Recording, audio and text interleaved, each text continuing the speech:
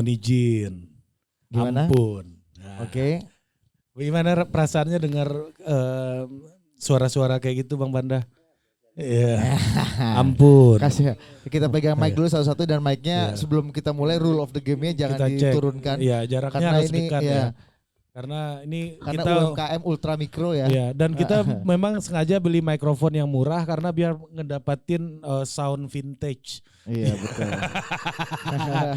Iya kan kayak Naif itu kan dulu beli alat-alat sound system ke Jerman harga-harga puluhan juta itu yang tahun 60, tahun 70. Nah, kita Iya. juga ya suaranya biar ada vibes ya Iya. vintage-nya gitu kan. Five retronya retro. Kalau ya ini kan? memang karena miskin aja. Iya. Tapi kalau mau anggap kita retro juga nggak apa-apa Right. Bang ya kan kembali ke Iya. nah yang penting kan substansinya. Ah, kita kenalkan dulu narasumber kita satu persatu. Oke, nih. yang pertama ya kita akan bicara kita ucapkan selamat Oh iya, datang dulu selamat dong. datang dulu Halo, selamat teman-teman datang jurnalis. di Safari 24, Iya. teman-teman media yang sudah hadir secara virtual ya. Ya. Dan juga ada beberapa yang hadir di studio Total Politik. Jadi kalau lain kali ada undangan mau datang ke studio Total Politik juga monggo loh. Iya. Boleh ya. Iya. Kita senang banget. Ya, karena ini udah 5 tahunan, Ya. ada yang baru selesai purna tugas Iya. ya biasanya kita lihat rapor-rapornya kan. Iya. Ini adalah gubernur kedua. Mm-mm. Mas Anies Baswedan adalah gubernur kedua. So Iya. akrab banget tuh Mas Anies. Iya kan kita udah ketemu. Oh, iya. Udah cerita-cerita soal hubungannya sama Pak Jokowi di belakang layar kan. Oh, iya. Jadi gimana hubungannya Pak Anies dengan Pak Iya Jokowi? jangan nanti narsum aja. Kalau gua yang ngomong nanti nggak akan dikutip juga sama kawan-kawan media. Iya. Buat apa gitu? Ada jubirnya, juru bicaranya. Oh Iya. iya. Jadi mau gua tulis Yaptiamhin muda jangan. Iya. Wah, aktivis buruh udah enggak. Iya. Apa dong Bang? Juru bicara Anies Baswedan. Ada Bang Surya Chandra. Halo Bang. Selamat sore, jubir wannabe sebenarnya. Iya, ini kan belum. jubir kultural. Jubir personal. Ya. Iya. Belum juru bicara kampanye kan. Iya, nggak perlu dapat SK Pak Surya Paloh ini. Iya. Udah bisa ya. Ya, tapi udah dapat SK dari Anies Baswedan Center kan. Iya. Dari yang maha kuasa. Iya. Dan yang berikutnya nih lu Yang kedua ini mohon izin. Iya. Ya, Dari ampun. rambutnya kita tahu dia mendukung siapa di capres berikutnya. Dari rambut ini berbaris apa enggak nih? Jangan jebak gua kan. Jebak gua. Iya, Ya, tapi- abang kita anggota DPRD DKI Jakarta dari fraksi PD Perjuangan. Panda Botan Sinaga. Wih, Bang selamat Panda. sore. Iya. Sehat, Bang. Sehat. Ya, kemarin tuh kan kita ketemu Om P kan, Bapak Prasetyo Edi ketua DPRD. Ah, gimana kemarin Pandapotan di acara lu? Mantap Om gitu. Mantap gimana? Baru bunyi peluit dia langsung tikam gitu. Bisa aja. Kata Om P, udah Batak dia, bener itu kan. Asli Batak dia. Oke, dan yang baru mengeluarkan riset nih tentang bagaimana rapor pemerintahan DKI Jakarta dan paling baru termasuk juga bagaimana bursa calon-calon gubernur DKI Jakarta ini juga udah dipetakan oleh survei dari Populi Center ini. Ya. Dan kita langsung perkenalkan ada Direktur Direktur Eksekutif Eksekutif Populi Center, Bang Afri Madona. Selamat sore. Iya. Ini padahal masih siang loh, gara-gara satu salah semua salah. Kita mau ikuti. Iya, memang. Iya. Memang Udah afternoon ini. iya benar. Emang kayaknya se-Indonesia sekarang lagi mengikuti Anies Baswedan kayaknya. Iya. Anies bilang selamat sore pun semua bilang selamat sore, Din. Iya benar. Nah, kita mulai langsung dari Bang Panda dulu kali ya. Nah, Kan orang yang selama ini memang ditugasi, diberikan mandat oleh rakyat untuk mengawasi, mengawal. mengawasi dan memberikan hak keuangan Ya. bagi pemerintah daerah. Ya, silakan Bang, sektor-sektornya, bagaimana penilaian Abang di setiap sektornya Iya. di 5 tahun. Dari Pak dari Anies 1 ini. sampai 10 Bang. Nilainya Pak Anies berapa? Ya kalau saya disuruh menilainya ya antara 1 sampai 6 aja lah. Enggak ada di atas 6. Ya. Karena saya melihatnya selama 5 tahun seperti yang selalu saya katakan bahwa kita belum pernah merasakan bagaimana hasil yang selalu didengung-dengungkan melalui visi misi dia selama ini. Karena mungkin rakyat bisa melihat lah. Saya kebetulan yang terlibat langsung, belum ada saya lihat satu kebijakan yang benar-benar menyentuh, yang bisa dia tinggalkan untuk menjadi kita contoh ke depan tentang Jakarta. Apakah itu di pembangunannya, apakah itu di pelayanannya. Yang saya lihat hanya pencitraan atau ucapan atau narasi-narasinya aja yang selalu indah. Saya yang ditanya. Berarti nilainya 6 ya tadi ya? Nggak sampai 6.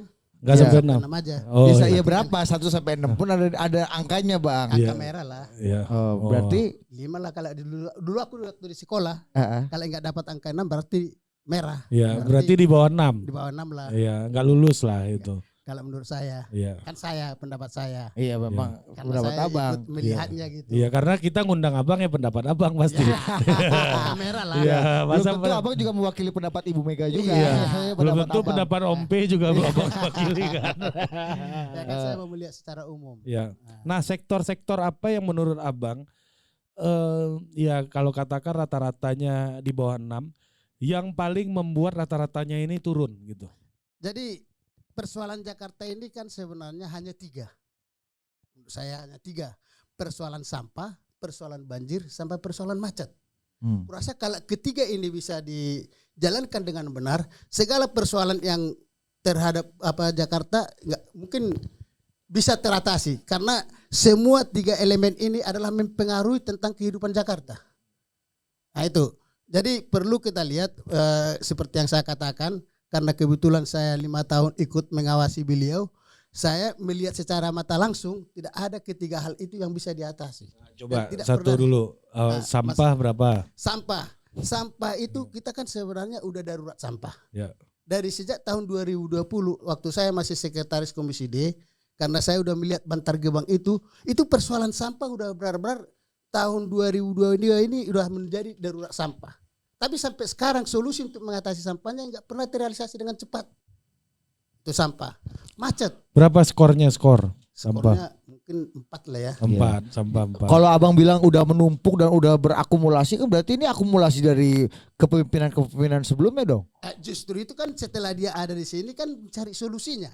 Nah, kan ini kan kalau kita mau bicara kepemimpinan sebelumnya, zamannya waktu ya saya sebutlah gubernur yang digantikannya, dia kan udah mengarah bagaimana pembangunan mengatasi sampah dengan membuat kebijakan khusus untuk pembangunan pengolahan sampah menjadi zero waste, yaitu dengan membangun ITF. Ini nggak berlanjut. 5 tahun sejak udah groundbreaking dari awal sampai sekarang nggak ada realisasi. Itu salah Sampah. satu soal sampah. Oke. Yang kedua, Soal macet, kita lihat sendiri macet. Nah, macet ini kan sebenarnya kan udah harus benar-benar fokus untuk bagaimana mencari solusinya. Sudah malah ini jalan dipersempit, malah membangun trotoar. Sementara trotoar dulu idenya waktu zamannya pemerintahan yang dulu, membangun trotoar itu adalah menggunakan lahan daripada pemilik yang di jajaran pertokoan atau perumahan. yang dikurangi perkantoran, Ini, perumahan ya, atau pertokoan iya, yang itu dilewati. mau kita ini. Bukan jalan yang dikurangin. Bukan jalan jadi Persempit. Nah, masalah banjir. Kan ini kan soalnya bukan menggusur tapi menggeser. Jadi yang digeser jalannya. Justru akibat penggeseran itu menjadikan tambah macet kan. Nilainya berapa Sementara- nilainya? Ya, Soal hampir macet. 5 lah. 5. Oh, 5. Oke, iya. Mantap juga dipakai nilai Iya. skor gitu ya. Enak anak detik ini udah ada Iya. Bang, teman kita detik Iya. udah 5 udah tahu. Iya. Lanjut. Kan kita kan untuk koreksi untuk perbaikan. Ya supaya pasti. pemerintahan Ini kan nggak ada kita- tendensi pribadi atau Iya. ke kita kan ya yang dendam langsung. pribadi kan. Iya. Soal banjir, saya selalu katakan, mau naturalisasi, mau normalisasi, tapi tunjukkan kerja nyatanya, bagaimana mengatasi banjirnya. Fakta lapangannya, selama dia 5 tahun, saya belum pernah melihat bagaimana dia hanya membangun satu meter pun untuk mengatasi banjir. 1 meter pun nggak 1 ada. meter pun untuk mengatasi banjir. Karena Serius nih Bang, Persoalan- tuduhan Abang nih serius nih. serius, Saya karena 1 meter aja nggak ada. persoalan banjir, bagaimana kita mengalirkan supaya jangan saluran air itu mampet, supaya jangan saluran air yang di kali besarnya itu nyampe ke tujuan, bukan jadi membuat spot-spot atau menghambat. Makanya waktu pemerintahan yang lalu yang bekerja keras untuk mengatasi banjir dengan normalisasi, bisa dibuktikan waktu bagaimana pekerjaan pembangunan normalisasi di Jatinegara. Kampung Bola. Itu yang saya sesalkan, tidak mau melanjutkannya. Itu yang sumur resapan kan juga ada, Bang. Kalau sumur resapan itu kan bukan untuk mengatasi banjir pada saat hujan atau apa yang dikatakan bekas kepala dinasnya untuk mengatasi antri air ke masuk laut. saluran. Iya. Kan apapun alasannya buangan air kan ke laut. Bagaimana supaya cepat ke laut? Soal sumur resapan, saya sepakat sumur resapan itu kalau udah direncanakan sejak dini pada saat menata Jakarta. Misalnya saluran, misalnya pembangunan rumah atau developer, di situ baru dia tata pembangunan resapannya. Bukan asal pembangunan resapan seperti yang sekarang. Pembangunan resapan yang sekarang itu 3 meter 4 meter digali udah ada air. Artinya bukan di lahan yang bopong.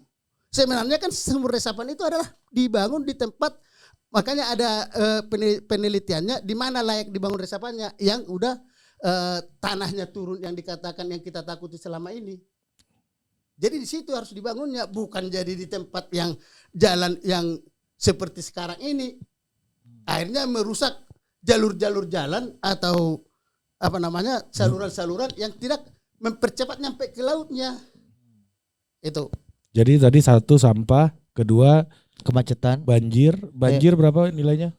Banjir 5 lah. 5. Ini pokoknya bagi saya Abang ini main aman banget. Iya, 4 sampah, Bang, iya. 5 banjir, 5 kemacetan. Iya, Nah, kan? tapi merah. Merah. Ya, Iya. tapi soal kemacetan ini kan sekarang ini yang terlihat di mata ya. Ini sebelum ke Pak juru bicara nih, kultural.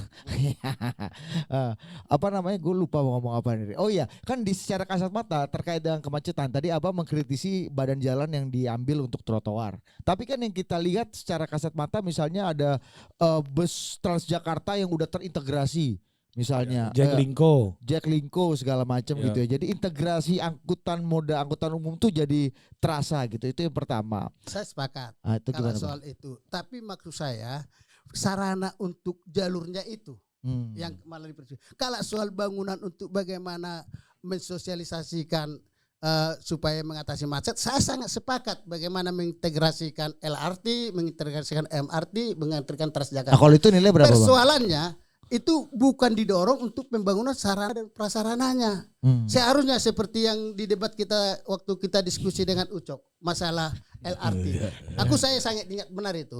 LRT dari Kelapa Gading sampai ke balap sepeda. Seharusnya itu kan dibangun langsung untuk tahap keduanya. Tapi malah dipotong. Tapi kan begini, Bang. Pak Anies berkali-kali mengatakan bahwa harus didorong perubahan perilaku. Misalnya orang harus berjalan kaki dan bersepeda, dibuat jalurnya, trotoar diperluas gitu, dan didorong untuk menggunakan Transjakarta, dan memang angka penggunaannya naik nih sekarang gitu. Saya setuju. Saya sangat setuju untuk itu. Tapi untuk pembangunan trotoar itu saya tidak setuju untuk menata seperti yang dikatakan itu untuk jadi menciptakan orang berjalan kaki. Bagaimana dia mau berjalan kaki ke kantor kalau misalnya kantornya 3-4-5 kilometer? Kalau seperti yang Bapak katakan itu kan kalau satu kota yang kecil dan penataannya memang menjaga sejarahnya bisa membangun seperti itu. Kalau ini kan tidak, ini kan bersemraut. Kita kan mengatasi semraut.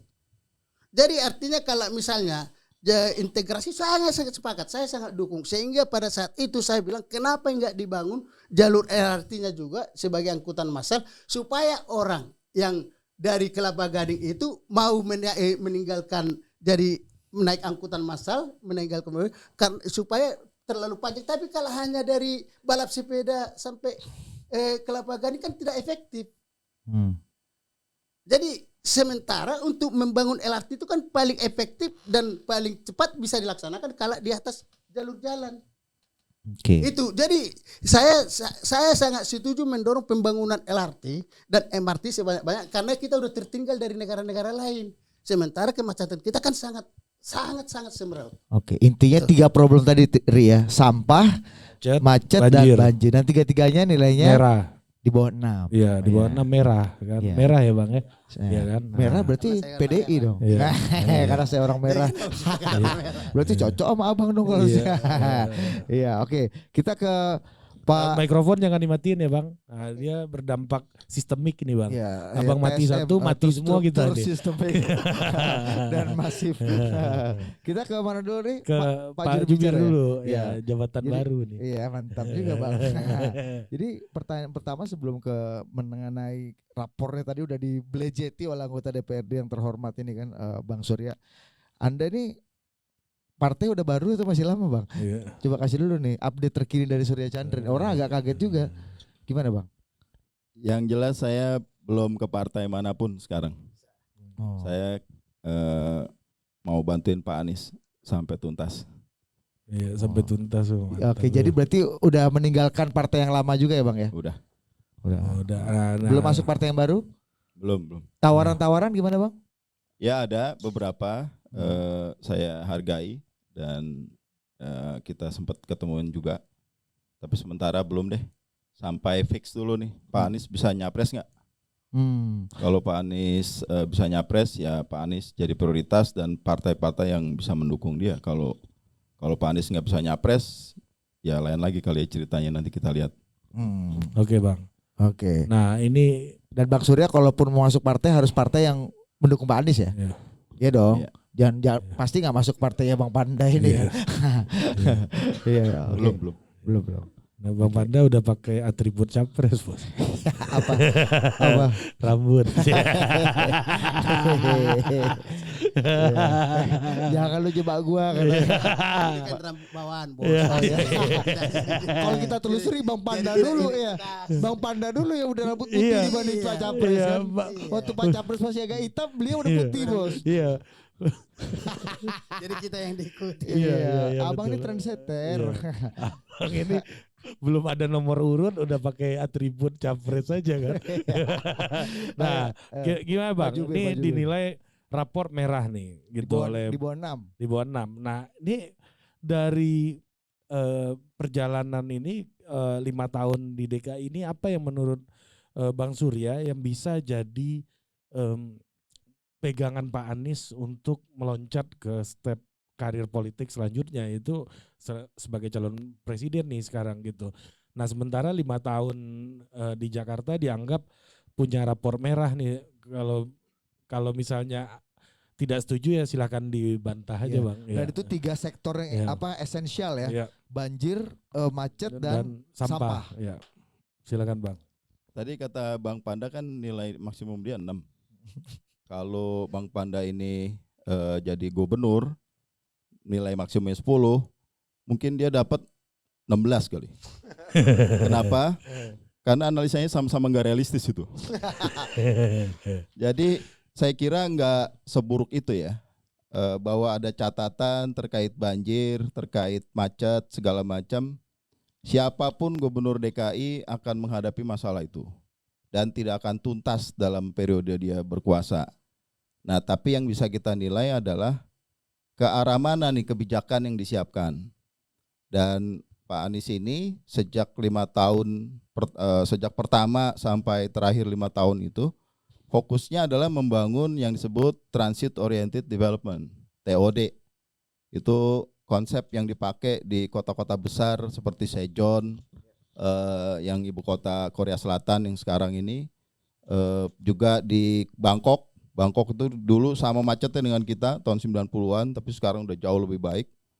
Juga di kota-kota yang memang menekankan pada transportasi publik, akses orang untuk bisa bergerak tanpa naik kendaraan bermotor, dan sinergi sinkronisasi saling terkait antara seluruh transportasi yang ada di kota itu. Nah, dalam konteks itu memang perlu waktu, tapi arahnya sudah, tracknya udah betul begitu. Kalau yang saya lihat ya, mulai ada sinkronisasi atau kesambungan antara Transjakarta dengan stasiun kereta, dengan angkot, lalu juga macam-macam. Dan kemudian juga mulai ada kaitan-kaitan antara satu transportasi di lingkungan dengan keseluruhan transportasi yang ada di Jakarta dengan harga yang kurang lebih sama. Kalau di DKI itu punya duit 10.000, keliling se-DKI itu bisa. Dan ini mungkin Bang Panda mesti ngalamin kali sekali-sekali ya, nggak naik mobil dinas aja. Oh kalau itu udah. Tapi Dan menikmati. itu kita paham. Tapi itu kan dari kalau persoalan itu kan dari dulu. Dari dulu itu dari progres kalau soal itu. Jadi kalau itu dibikin jadi acuan, kebetulan saya di Komisi B ikut membahasnya. Iya. Nah, kalau itu saya dukung. Tapi maksud saya persoalan kan berbagaimanapun kan untuk mengatasi salah satu macet ini kan seperti yang saya ceritakan tadi. Jangan justru yang sudah ada dipersempit. Nah, itu coba dijawab dulu Pak Surya. Masalahnya adalah bukan jalan orang diperluas, jalan mobil dipersempit. Jalan DKI ini tidak ada pembatasan kendaraan bermotor. Dan itu bukan kewenangan gubernur doang yang bisa mengatur itu. Beresin sungai itu harus seizin sebagian yang besar-besar PUPR. Nah kalau izinnya nggak dikeluarin, susah itu, bisa ngeruk tuh nggak bisa sembarangan ngeruk. Kedalamannya beda lagi kewenangan. Ini karena saya di ATR jadi agak dalamin tata ruang ya Bang Panda. Terus soal integrasi antara Transjakarta misalnya dengan stasiun kereta. Di Jakarta ini 25 stasiun kereta. Tahu nggak tuh Bang Panda? Jangan-jangan belum pernah ke stasiun ya. Oh, kita udah kelilingi semua itu. Nggak ada. Kalau itu kita udah kuasai. Saya berani mengatakan apa yang saya nyatakan itu karena saya udah alami semua. Termasuk persoalan banjir. Saya udah ikuti semua, Pak. Ngelotok Bang ya. Udah ngelotok kita di situ. Dari zaman rambut Jadi masih kalau hitam. dibilang tadi apa yang dikatakan dikaitkan dengan PUPR pembangunannya, justru kerjasama antara daerahnya dengan pusatnya untuk mendukung apa yang kita katakan tadi persoalan banjirnya. Ini yang saya lihat tidak ada komunikasi seperti itu supaya baik itu Kenapa dilaksanakan. Bang? Kenapa nggak ada Kita komunikasi? nggak tahu. Oh. Ini kan karena yang pegang remote-nya sama apanya kan. Tapi Ya, masa Pak Anies nggak bisa komunikasi dengan PUPR Makanya kita sementara tanya dengan DPR aja yang dulu Pak Ahok frontal sama DPR, Pak Anies sudah sangat DPRD, piawai dengan DPRD kan. Iya. Bisa makan Apalagi sama ini. Menteri PUPR sama-sama Gajah Mada kan. Iya. Makanya saya nggak tahu, nanti yang lebih tahu itu mungkin Pak Surya. Pak Surya yang paham tentang itu. Yang jelas komunikasi antara Pemprov dengan pusatnya mungkin tidak terjalin dengan baik sehingga lanjutan ini tidak terjadi. Oke. Itu aja yang saya katakan. Saya kan seperti yang saya katakan tadi, 1 meter pun belum ada yang saya lihat. Itu. Ya. Izin Bang, ditanggapi langsung. Iya. Soal Contoh penyepitan konkret aja ya, iya. soal integrasi itu di ratas kabinet. Saya nggak tahu DPRD ikutin nggak ya. Presiden Jokowi pernah memerintahkan Menteri BUMN untuk melepas sebagian sahamnya PT KCI. PT KCI itu anak perusahaan PT KAI yang mengelola stasiun-stasiun. Pernah ada pertemuan sekali dan setelah itu tidak ada tindak lanjutnya. Kenapa? Nggak tahu. Yang jelas Pemprov DKI sangat ingin bisa masuk supaya bisa menata itu. Makanya kalau kita lihat stasiun itu agak beda. Koordinasi di luar sekitar stasiun itu adalah urusan Pemprov dengan yang di dalam, yang dalam otoritasnya anak perusahaan. Manggarai bisa tuh Bang ya. Kenapa? Stasiun Manggarai bisa integrate ya. Itu kan Dan bagus ya. sebagian di PT KAI sendiri, tapi yang di luarnya itu kan jalanannya Pemprov. Intinya adalah kenapa perlu ada pelepasan saham pada Pemprov supaya sama-sama bertanggung jawab. Karena ini urusan DKI itu tidak bisa diserahkan pada gubernur semata. Banyak banget melibatkan dan dukungan pemerintah pusat. Nah, ini saya kurang paham ya. Awalnya lumayan Bang Panda. Tapi dalam proses kemudian aku jangan lupa. belum kan nggak soal terjadi. KCI itu terjadi, kita dukung. Malah kita dukung sampai kita berikan pinjaman pada saat itu melalui SMI untuk pengembalian saham yang Bapak katakan itu.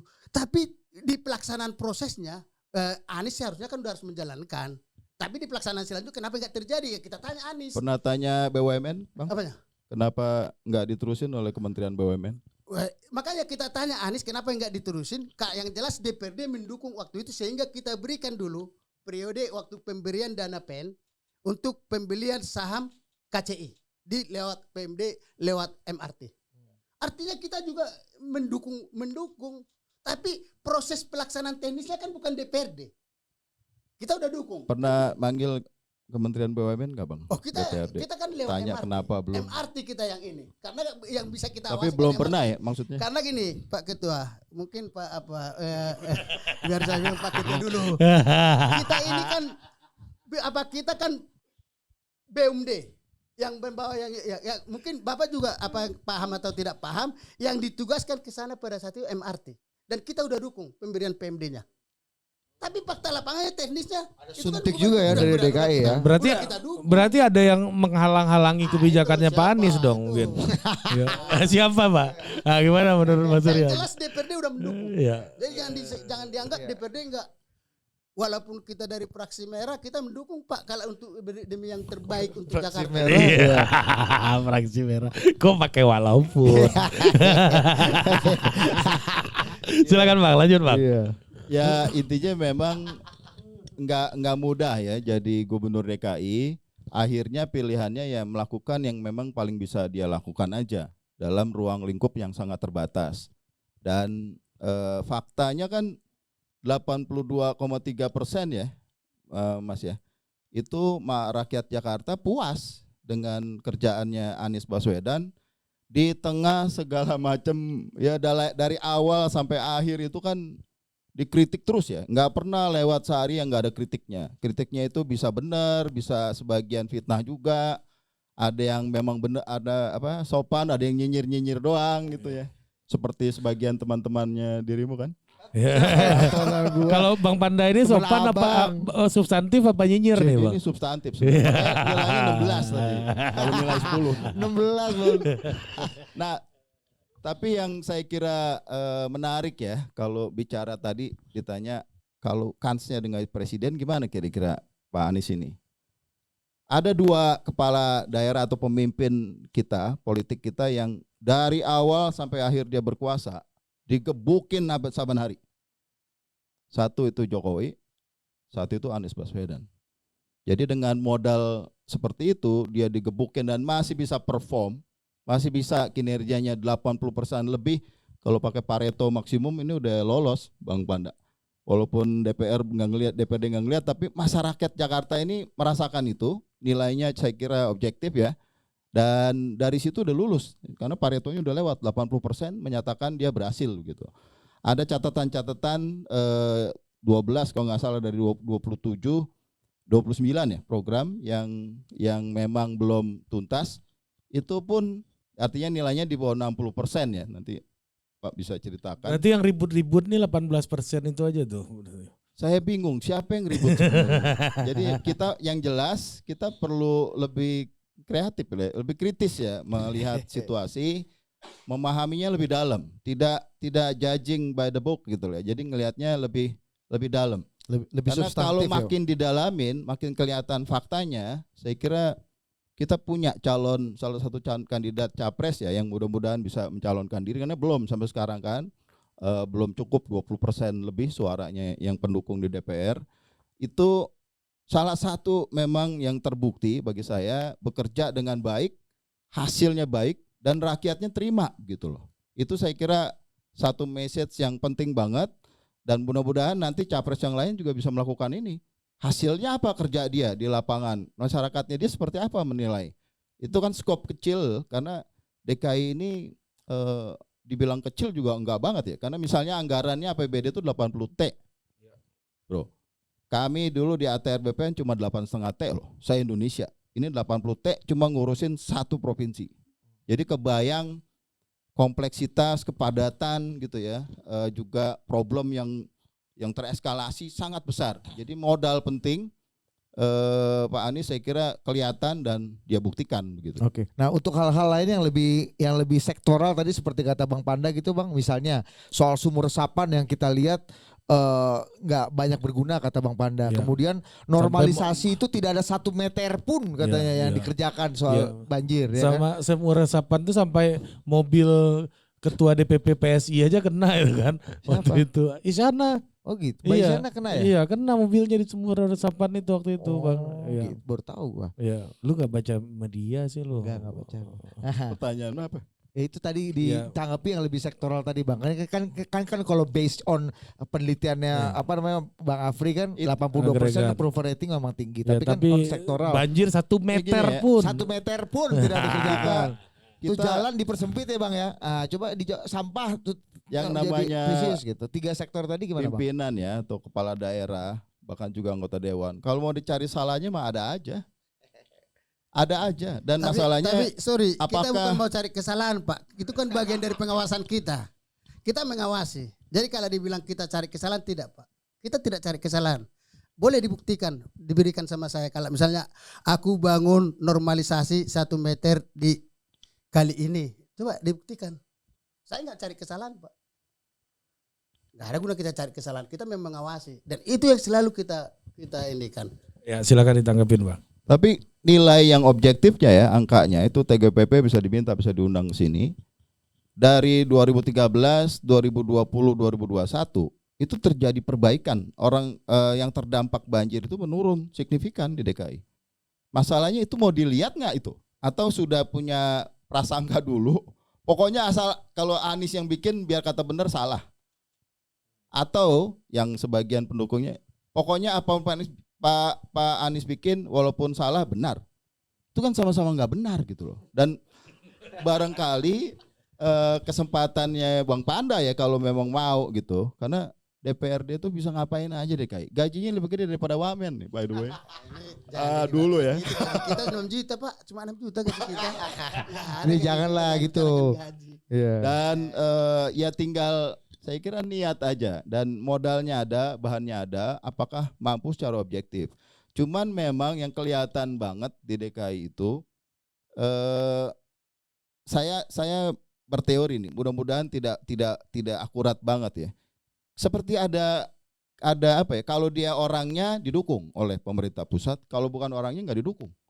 Padahal ngurus DKI itu nggak bisa sendiri gitu loh. Dan ini tantangan besar. Jadi mudah-mudahan ya, saya sih berharap banyak. Pak Heru ini kan dapat tugas itu untuk melaksanakan RPD, rencana pembangunan daerah. Itu sudah disusun sesuai dengan Impres Mendagri 2020. Semua daerah transisi yang pilkadanya ketunda ini wajib membuat RPD, rencana pembangunan daerah. Kalau DKI 2023 sampai 2026. Jadi tugas utama PJ Gubernur melaksanakan program kegiatan strategis daerah. Kalau di pusat namanya program strategis nasional. Yang disusun Pak Anies. Disusun Anies gitu. Ya. Artinya yang lain-lain itu ya gimmick sebetulnya. Bersama Jadi DPRD. tugas dia dan barangkali juga DPR ya, DPRD ngecek udah jalan belum nih KSD yang ini, udah jalan belum itu, masalahnya apa? Kalau memang dan mudah-mudahan ya karena Pak Heru kan orangnya Jokowi, coba Pak bisa nggak diberesin gitu. banjir DKI dalam 2 tahun Anies, gitu? Apa strateginya? Tidak ada perbedaan zamannya Anies ataukah itu orangnya pemerintah atau apa. Yang jelas bagaimana yang Bapak tanya sekarang sebenarnya, tanya ke Pak Anies, bagaimana komunikasi Pemprov itu dengan pusat, kenapa nggak bisa dilaksanakan apa yang itu kan yang udah kita dijawab Udah sama dijawab Bang. Bang. Karena katanya bukan Bukan Enggak, orangnya enggak Jokowi. ada. Bukan orang pusat. Bukan Bukan orang- kaitannya dengan orang Iya, Jokowi. Ini bukan kan orang urusan pusat. Emang selama ini Mudah-mudahan kerasa sih, nggak ya. sih Bang Surya? Emang kerasa nggak sih Bang ada semacam Iya. ya kalau bahasanya ada pilih kasih atau jangan tidak diciptakan orang dukungan. ini. Nah itu coba kita kan nggak tahu nih kan Iya. karena rakyat biasa kan. Mungkin yang paling tahu di dalam bagaimana sebenarnya ada tendensi tidak didukung oleh pemerintah pusat tuh gimana Bang? Yang real tuh kayak gimana misalnya? Yang saya tahu sih yaitu tadi sinkronisasi atau integrasi stasiun dengan jalan sekitar stasiun. Itu di yang tadi Bang Panda udah sampaikan, DPRD udah setuju dikasih anggaran untuk akuisisi sebagian sahamnya. Tapi nggak terlaksana. Ya, Dan makanya ini yang bikin tidak terlaksana siapa? nah ya, makanya usul Kita saya udah ada anggarannya. Kenapa usul tidak saya nih terlaksana? Bang, mumpung masih ada waktu 2 tahun, panggil aja Menteri BUMN. Jangan-jangan dengan Pak Heru bisa. Kenapa dengan Pak Anies nggak bisa? Mungkin sama Pak Heru bisa, misalnya begitu. Nah ini kita ya rakyat lihat aja gitu kan Iya. apa Jadi yang maksudnya terjadi. gubernur nggak bisa Tapi panggil Menteri intinya- BUMN. Nggak mungkin. Nggak bisa dipanggil Menteri BUMN. Nggak Kan untuk mungkin. kepentingan DKI boleh Pak. Tadi Iya, maksud Abang saya bilang kemarin, sendiri Anies nggak bisa harus panggil kerja Menteri sama, BUMN. Nggak percaya saya Anies nggak bisa manggil Menteri BUMN untuk mengatasi persoalan Jakarta. Saya nggak percaya. Bapak Cuma percaya apakah itu dilaksanakan kemampuan atau ini? tidak? At least berkomunikasi lah ya Iya. kalau nggak manggil gitu ya Bang. Kalau manggil tuh kan Bagaimana kesannya dia di atas. menciptakan narasi yang indah, gitu juga manggil Menteri BUMN kan enak. Ya, gimana Bang? Ya panggil aja karena kan sekarang Enggak, bisa maksudnya nih kan kalau kita kan mau gini, nih ya. gini, kita kan mau ngepalasin. Kita tunggu nih. Iya, Bang. Bukan untuk Kita yang sekarang. dengar Kalau dulu untuk Bang, ke depan Bang. pasti Kita ini. dengar dulu Pak Iya. Jubir nih Bang. Ya. Minggu depan deh panggil Menteri BUMN dengan Pak Heru DPRD. Tuntaskan yang rencananya perintah Presiden diratas Bang. Kalau perlu nanti saya kasih tahu tanggal persis jam berapa Presiden Jokowi memerintahkan itu. Ya kalau wamen dapat bro, mau rahasia negara. Iya. Dan ya udah, saya sih berharapnya ya mumpung ada Pak Heru, Ya. teman dekat juga dengan presiden, jadiin deh itu. Karena kita sedang bicara membereskan Jakarta. Iya. Siapapun pemimpinnya, bukan di semua itu harus dipolitisir. Ya. Karena dulu Semua di itu zaman Pak harus- Anies itu tidak agak sulit terlaksana nih. Kata gitu. Bang Panda. Ya, Dan memang terbukti tidak terlaksana. tidak terlaksana. Untuk hal ini agak setuju berdua, Iya. Bro. Dan kalau Iya kan? setahu saya bukan kemauannya Pak Anies, karena concern dia dua, transportasi dan banjir. Itu saban hari, ini cerita orang TGOPP ya, bicaranya itu. Cuman memang ada keterbatasan, ada beban yang tidak bisa diungkapkan semua secara Ya, publik. Saya juga nggak bisa. Mungkin itulah Pak Surya. Barangkali nanti- Mungkin salah info, salah data. Mintanya dari TGUPP. Ya susah kalau minta dari TGUPP. Kenapa Bang? Ya, persoalan itu kan bukan TGUPP. TGUPP itu kan hanya untuk bantu. Kok jadi minta data seperti itu dari TGUPP? Kalau TGUPP data Bapak minta dari TGUPP, pasti dia kasih yang TGUP baik-baiknya. Bang, TGUPP itu kan secara fungsional dan faktual itu kan west wingnya Pak Anies. Tapi kan apanya kan semua harus ke dinas teknisnya. Iya. Jangan ke Itu- TGUPP-nya. Itu Dari idealnya. dinas teknis Bang, data itu informasi. Sekarang dari dinas teknis. TGOPP dapetnya dari dinas teknis. Saya ini kan bukan orang dalam. Kalau orang dalam, saya bisa ceritain lebih detail tentunya. Cuman kan ini artinya ada yang nggak klop nih. Ya. Nah jadi Itu fakta Lepas. tuh Bang ya. katakan ya, lepas dari soal pilpres segala macam, buktikan aja deh itu. Integrasi, lepasin sebagian saham KCI ke Pemprov DKI. Mumpung masih 2 tahun ini, Pak Jokowi jadi presiden dan Pak Heru teman dekatnya jadi gubernur. Memang akan kita Jadi- dukung habis. Itu lebih penting daripada yang tadi gitu loh. Kan kesannya seperti semua harus dipolitisir. Kalau orang ini yang bikin akan selalu salah, Ya. orang ini yang bikin akan selalu benar. Padahal bukan begitu. Kebenaran ada di antara itu gitu loh, yang kenyataan yang saya lihat. Ya. Bang, Jadi ya mudah-mudahan, karena kita ngurusin Jakarta ya, Iya. yang sebetulnya negara tuh diem aja, Jakarta maju bro. Siapa APBN nggak dapet kan Bang ya? Nggak disetor ke DKI. DKI itu mandiri sendiri. 80 triliun APBD dia. Belum duit yang beredar ya. Jadi GDP-nya bisa lebih besar lagi, itu baru APBD-nya. Kita Dan dapat sumbernya sangat juga besar. Kita dapat dari pemerintah pusat juga. Sebagian ya, untuk program-program yang memang pusat punya tanggung jawab, seperti sungai yang tadi yang gede-gede. Nah. Terus juga jalan-jalan yang memang wilayah dia begitu. Bang, ini kan Pak Heru baru seminggu nih sebelum ke Bang Afri ya Bang ya. Pak Heru nih baru seminggu lah kurang lebih ya jadi Gubernur DKI Jakarta.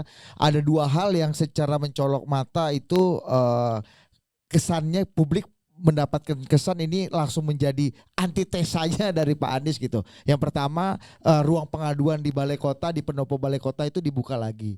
Ini kan dengan narasi dan macam-macam lah ya. Yang kedua itu langsung berkomunikasi dengan Menteri PUPR untuk kabarnya melanjutkan normalisasi sungai yang selama ini kata Bang Panda tadi 1 meter pun tidak ada terjadi gitu selama 5 tahun. Gimana Pak Bang Surya? Kalau yang pengaduan itu kan sudah ada sistem sekarang di Jaki namanya. Udah pada punya belum? Jangan-jangan Bang Panda nggak tahu juga tuh Jaki Tahu, kita aplikasi. tahu. Itu dilanjutkan juga Pak. yang Tenang aja. dibuat Yang oleh itu juga Pemprov. dilanjutkan. Tapi ada pengaduan yang langsung Jadi, juga. Abang ini nilai merah tadi bilangnya, tapi semuanya dilanjutkan gimana deh? Bukan maksudnya jakinya, kan dia menonjolkan jakinya. Jaki apa yang dibuat baik Jaki kan? Tadi kan nggak tanya Jaki. Kalau tanya Jaki saja. Ya enggak Jadi gimana Bang?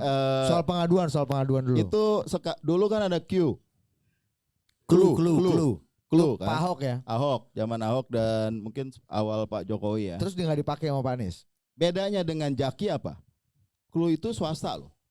Teman yang bikin tuh Surya, saya kenal namanya Surya juga. Terus dan bagus karena ada koneksi dari laporan foto publik langsung masuk Clue, langsung diteruskan oleh TGUPP-nya Pak Ahok. Ahok juga punya TGUPP zaman dulu. Jadi not so bad sebenarnya ide. Bagus banget gitu. Kemudian kalau Bang Panda jadi gubernur, saya mau jadi TGUPP. Terus kalau dulu itu jadi Ahok dan timnya nongkrong ngawasin, ditempel itu OPD, organisasi perangkat daerah SKPD. Dan kalau nggak dilaksanakan perintahnya, laporin ke Ahok langsung ya ada sanksinya segala macam. Sekarang ini pakai Jaki lebih soft. Artinya apa? Dibangun sistem pengaduan masyarakat ini masuk ke kinerja dia penilaian. Atasannya harus menilai, kemudian masuk ke dalam sistem sistem birokrasi. Jadi ada tunjangan kinerja terkait dengan itu. Performance dia, pelayanan merespon pengaduan masyarakat langsung terkait. Jadi barangkali ya, lu pada momen waktu Pak Ahok bagus. Ya, Tapi bagus. sekarang dilengkapi menjadi lebih sistemik begitu loh. Menjadi lebih panjang ya. Jadi saya berharap lagi-lagi nih, mumpung Pak Heru orang dekatnya Presiden Jokowi, ya tuntaskan lah itu, dan nggak perlu gimmick-gimmick yang nggak perlu banget gitu loh. Artinya boleh lah. Jadi maksudnya gimmick. membuka apa namanya pengaduan di pendopo tuh lebih banyak gimmicknya dibanding Karena substansinya. Jaki udah jalan sebetulnya. Jadi gini, Oke, itu ditanggapi dulu. ada Bang. bedanya. Kalau cluenya waktu zamannya Ahok itu langsung dieksekusi sehingga semua pelayan-pelayan atau petugas-petugas di kelurahan sampai kecamatan rajin dan benar-benar taat terhadap kebijakan itu. Kalau sekarang ini Pak, coba tanya Bapak kalau mau pelayanan sekarang. Waktu di kelurahan kita masih merasakan pelayanan di kelurahan itu langsung dijemput. Kalau sekarang saya nggak usah sebut Pak, tanya sekarang bagaimana pelayanan. Tanya kepada warga atau masyarakat bagaimana sekarang pelayan di kelurahan dan kecamatan. Bagaimana? Beda zamannya Ahok. Kalau zamannya Ahok Pak, nggak ada yang berani melayani masyarakat uring-uringan di kelurahan. Kalau sekarang belum tentu ketemu lurah, belum ketemu camat, belum ketemu petugas-petugas pelayanannya. Beda Pak. Jadi akibat clue yang dibikin Ahok itu langsung nyampe, langsung eksekusi. Sehingga semua lurah-lurah takut. Sehingga mereka disiplin melaksanakan. Kalau 5 tahun terakhir ini Pak. Kan lebih soft kalau kata Pak Surya, lebih soft. Manage by fear kalau Pak Ahok kan. Jadi kalau kita bandingkan yang gitu-gitu, ya. Nggak, Bang, sama satu lagi ini pendopo yang dibuka lagi untuk pengaduan itu lebih banyak gimmick kata Pak Surya. Karena yang substansi ada di Jaki gitu. Gimana Bang? Jaki mungkin secara apa yang dikatakan itu saya pikir tetap akan dilanjutkan. Tapi pelayanan langsung yang ini dibutuhkan juga supaya langsung nyampe. Untuk seperti yang saya katakan, clue kan dia bandingkan Jaki yang dibuat Anies dengan clue yang dibuat Ahok. Kalau clue yang dibuat Ahok dulu benar-benar tersentuh. Boleh cek waktu zamannya kepemimpinan gubernur yang lalu bagaimana pelayanan di kelurahan dan di kecamatan dibandingkan dengan sekarang. Jangan tanya saya, tanya masyarakat. Itu fakta. Artinya kenapa yang baik itu tidak dilanjutkan? Ini mungkin akibat clue yang dibuat Ahok itu disiplin dan kerasa ketakutan pelayan-pelayan di kelurahan dan di kecamatan. Akibat rasa takutnya menjadi disiplin untuk melayani warganya. Tidak seperti yang dibuat sekarang, jadi ada kelonggaran. Bang kasih mic-nya dulu, mic-nya kasih dekat. Jadi biar ada kelonggaran dari apa itu sehingga mereka kurang disiplin. Kalau saya dulu jauh lebih disiplin pelayanan dia. Kalau kita bicara pelayanan,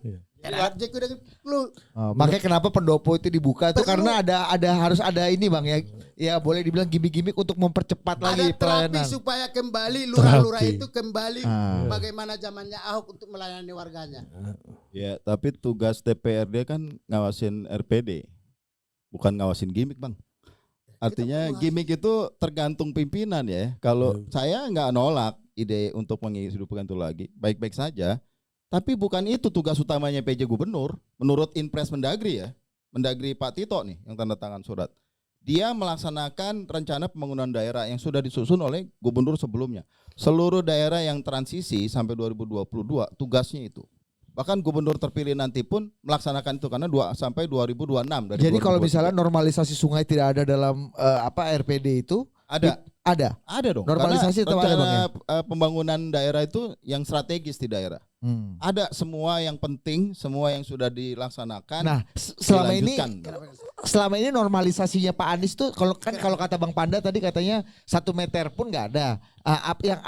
Kenapa dibebankan di RPD yang berikutnya ini Bang? Karena kenapa nggak dilakukan selama 5 tahun? Semua gubernur dari zaman dulu ya, zaman Ali Sadikin sudah bicara soal banjir. Tapi siapa sih yang bisa nyelesain sampai sekarang? Semua dari zaman dulu udah bicara soal kemacetan, nggak ada. Yang jelas dalam 5 tahun terakhir ya, kita kan sedang mengevaluasi 5 tahun terakhir kinerja Pak Anies Baswedan nih. Ada progres dan progresnya itu mudah-mudahan lebih sustain karena lebih sistemik yang ditawarin, lebih birokrasi yang diperkuat. Saya paham banget ya kerja birokrat itu sering bukan nggak mau, kurang mimpi satu, jadi tidak ada retorik. Kita sebagai pejabat politik kan memberi mimpi-mimpi, tapi juga monef gitu loh, karena perlu didampingin dan ditemani. Kalau ada gagal bukan salah dia, salahnya pimpinan. Nah itu saya kira ada mulai terjadi kultur itu. Karena dia bangun pakai sistem, kaitkan dengan tunjangan kinerja. Ini juga sistem yang dibuat Menteri Keuangan. Tukin itu kan istilah yang menguat sekarang ya. Kaitan antara kinerja seorang ASN dengan pendapatan yang dia peroleh. Nah itu dikaitkan secara langsung. Saya pikir itu satu terobosan penting dan ini harus dihargai gitu loh. Bukan karena secara politik berbeda, mau nggak dukung capres nggak apa-apa Bang Panda. Tapi kalau ada fakta begitu ya dihormati juga. Kembali kita ke awal. Kan Ini bukan DPRD. persoalan urusan capres. Nah. Kita tadi judulnya kita ini kan mengevaluasi rapot 5 tahun. Ya. Jangan ke capres dulu deh. Jadi Nah, kita oke, kita ke Mas Afri dulu nih. Mas Afri dulu ya. Mas Afri, ini apa yang didebatkan kawan-kawan nih apakah masih relevan? Karena kalau Bang Surya kan bilang tadi bahwa monumen seorang politisi itu yang tertinggi ya elektoral. Karena approval ratingnya tembus 80% gitu ya. Apapun itu caranya ya artinya dia udah berhasil. Tapi kalau kata Bang Panda tadi, oh enggak, ini ada masalah yang bertahun-tahun, kenapa ini enggak bisa dikerjakan gitu.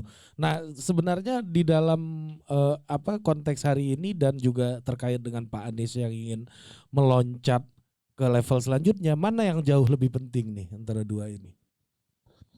Iya baik, terima kasih Mas Ari. Jadi sebenarnya tingkat kepuasan ya itu sesuatu yang sangat penting bagi barangkali mungkin modal untuk melompat begitu. Karena ya kelebihan dari seseorang yang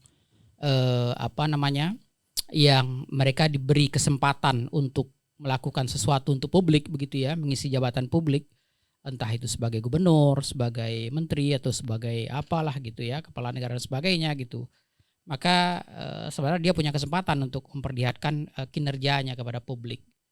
Dan karena itu kemudian publik akan bisa mengakses seberapa mampu sih seseorang ini akan berkinerja lebih baik ketika mereka berada di level kepemimpinan yang lebih tinggi begitu. Jadi kalau dia diberi tanggung jawab yang kecil saja misalnya tidak mampu, maka tentu ke depannya di atas itu lebih tidak mampu lagi kan kira-kira seperti itu. Tapi kalau dia mampu mengeksekusi tanggung jawab dia pada level yang lebih rendah begitu, maka orang akan publik akan bersedia memberikan kesempatan bagi mereka untuk naik ke level yang lebih tinggi gitu. Jadi menunjukkan kinerja itu sesuatu yang sangat penting dan memang di mana saja begitu ya, di berbagai tempat kalau kita perhatikan gitu, approval rate itu sesuatu yang sangat dipantau gitu, dan itu cara publik menilai seberapa perform seorang pemimpin itu bekerja gitu. Nah ini gimana nih dengan kritiknya Bang Panda, tapi angka approval ratingnya Anies di DKI gimana? Agak anomali nih, tadi Ya. Bang Panda kan kasih nilai agak warna merah nih, Iya. ya kan? Ya. Sementara rakyat lewat approval rating itu angkanya agak ekstrim, Iya. ekstrimnya agak di atas. Dulu siapa namanya Rofif ya bilang, oh, gimana masih mungkin naik nggak Mas Anies ini? Iya kalau naik lagi kayak Korea Utara katanya. kayak Approval ratingnya kayak gitu. Kayak Kim Iya. Jong Un ini. Iya, Ya, Mas apa yang Rofif. bisa, mungkin nggak naik sampai Iya. 90% gitu. Iya. Ya mungkin kalau Korea Utara mungkin. Iya. Nah, gitu. Gitu udah sampai kayak gitu. Iya. Mas Rofif bilang waktu itu Iya. kan. Artinya kenapa ada ini, apakah memang penilaian yang politis atau kenapa rakyat juga tidak punya perspektif yang agak sama gitu dengan anggota dewan gitu. Itu yang pertamanya, sebagian anggota dewan. Yang kedua, kalau kita breakdown 80 berapa Bang? Angkanya 83,9. 83% itu kalau kita breakdown apa aja yang paling tidak dari 3 sektor tadi yang dikritik oleh Bang Panda. Kemacetan, banjir dan sampah. Gimana?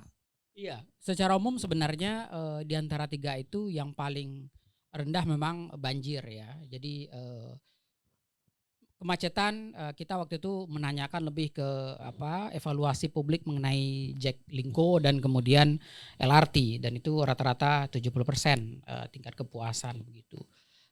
ITF itu sekitar 60%-an dan banjir sekitar 50%-an tingkat kepuasan gitu. Jadi memang banjir memang di antara 3 sektor ini gitu. Itu titik terlemah dari kinerja Pak Anies begitu.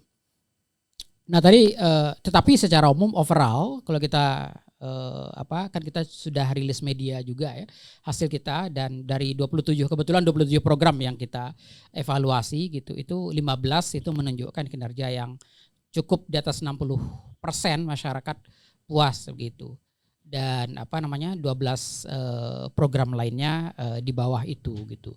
Jadi secara umum lebih dari 50% program yang kita evaluasi publik paling tidak begitu ya, kan yang kita tanya publik ya yang merasakan begitu, publik paling tidak memberikan nilai itu tadi ya 60 ke atas gitu.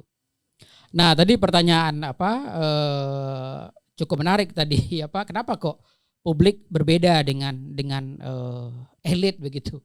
Ya, memang akan sangat berbeda. Kalau saya melihat di antara perbedaannya adalah karena elit melihat mungkin dari perspektif politik, yang kira-kira seperti itu. Sementara publik, ya mereka mungkin spontan aja. Kalau mereka merasa ada manfaatnya untuk mereka akan nilai oke. Kalau tidak, ya tidak gitu ya. Yang kedua, elit mungkin memiliki pengetahuan yang lebih mendalam mengenai isu itu gitu, sehingga mereka bisa memberikan penilaian yang lebih kritis terhadap isu itu gitu. Sementara publik tentu tidak gitu ya. Publik seperti saya singgung tadi, yang penting apa yang terasa udah gitu. Kalau terasa itu sesuatu yang sudah oke bagi mereka begitu ya, dan kemudian mereka sudah merasa puas saja. Kira-kira seperti itu gitu. Yang ketiga itu tadi karena elit barangkali mungkin lebih mengetahui memiliki pengetahuan yang lebih mendetil ya, apalagi yang involved di kebijakan seperti Bang Panda gitu misalnya gitu ya, tentu barnya akan lebih tinggi ketimbang publik gitu. Kalau publik tentu seperti saya bilang tadi gitu, yang penting ya saya merasa agak lebih baik nih sekarang gitu, oke gitu. Tapi kalau elit melihat tentu harusnya bisa lebih baik dari ini gitu, kenapa tidak, kan kira-kira seperti itu gitu. Itu tadi saya bilang informasi yang asimetrik ini itu kemudian membuat cara mereka menilai itu juga sangat berbeda. Nah, ya. Bang, dari angka yang dimiliki oleh Pak Anies hari ini ya, yang rapornya dari Populi itu di atas 80% kepuasannya, apakah ini sudah bisa dijadikan modal untuk naik ke step selanjutnya bagi Pak Anies hari ini menurut Bang Hafri? Iya, paling tidak dari level Jakarta, karena kita cuma menilai di Jakarta gitu ya. Paling tidak publik Jakarta menyatakan puas dengan kepemimpinan ini gitu. Sehingga bagi publik Jakarta ya mungkin mereka akan open ketika Pak Anies naik ke level yang lebih tinggi gitu ya. Tetapi mungkin bagi publik secara umum di luar itu ya kita belum tahu, kayak kira seperti itu gitu.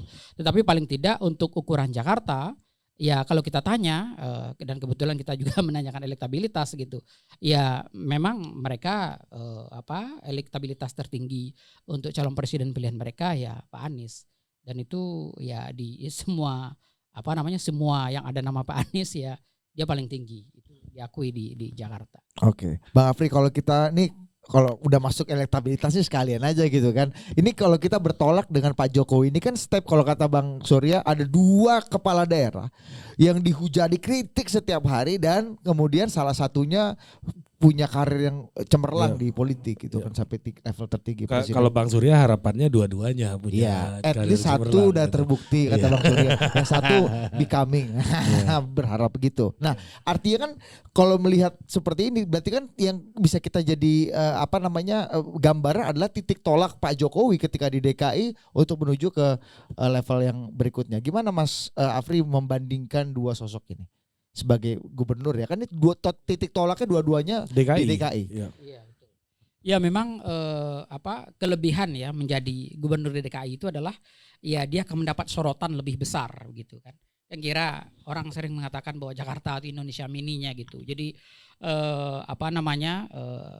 Jakarta batu loncatan untuk untuk RI1 gitu. Itu hal yang banyak orang pahami ya, paling tidak anggapan umum kira-kira seperti itu gitu.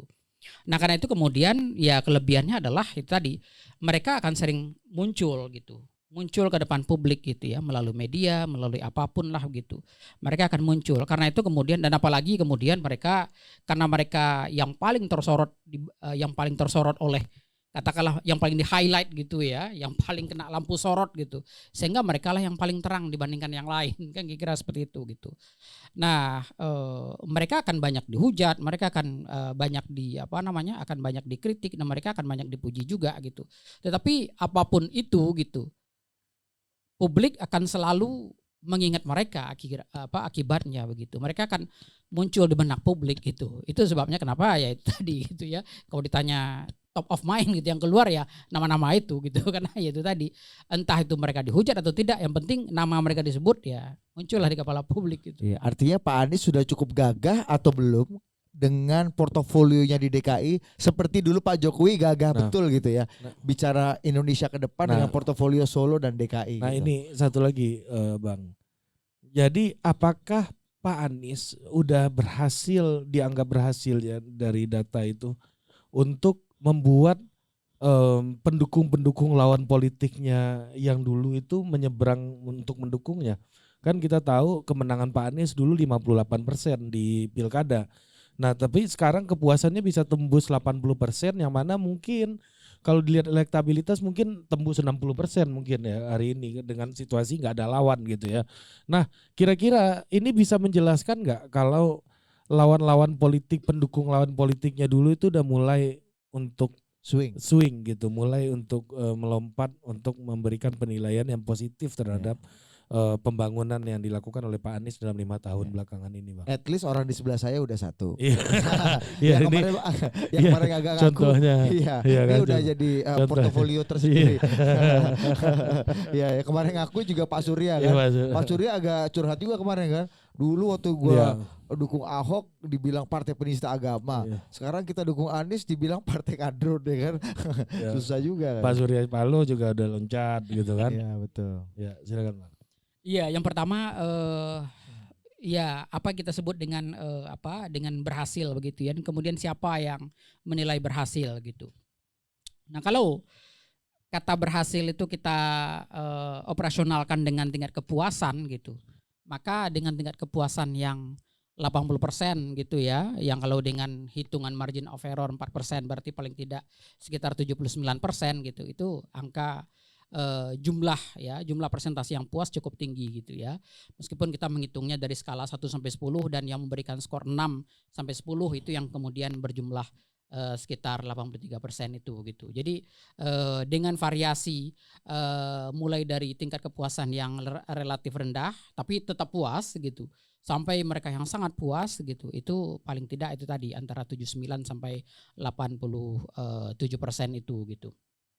Nah, tentu saja untuk ukuran DKI Jakarta ya itu sesuatu yang sangat bagus gitu ya, untuk ya dianggap modal yang cukup bagus gitu, dan sangat mungkin gitu ya kalau kita bandingkan dengan tingkat dukungan elektoral realnya tahun 2017 dan sekarang, tentu ini menunjukkan bahwa ya ada pendukung-pendukung Ahok di masa dulu yang kemudian sudah merasa cukup puas, oke lah gitu ya, kita anggap paling tidak sebagian dari mereka kemungkinan ya itu tadi switch itu juga gitu. Apa yang membuat mereka biasanya faktor yang paling menentukan ya ini pendukung Ahok nih, apalagi kita kan selalu bicara polarisasi politik. Nah ini hebatnya gitu ya, pendukung Ahok lah yang loncat ke Pak Anies. Kira-kira faktornya Misalnya. Iya, hebatnya. Di sebelah saya ini. Ada contohnya satu di sini. Iya.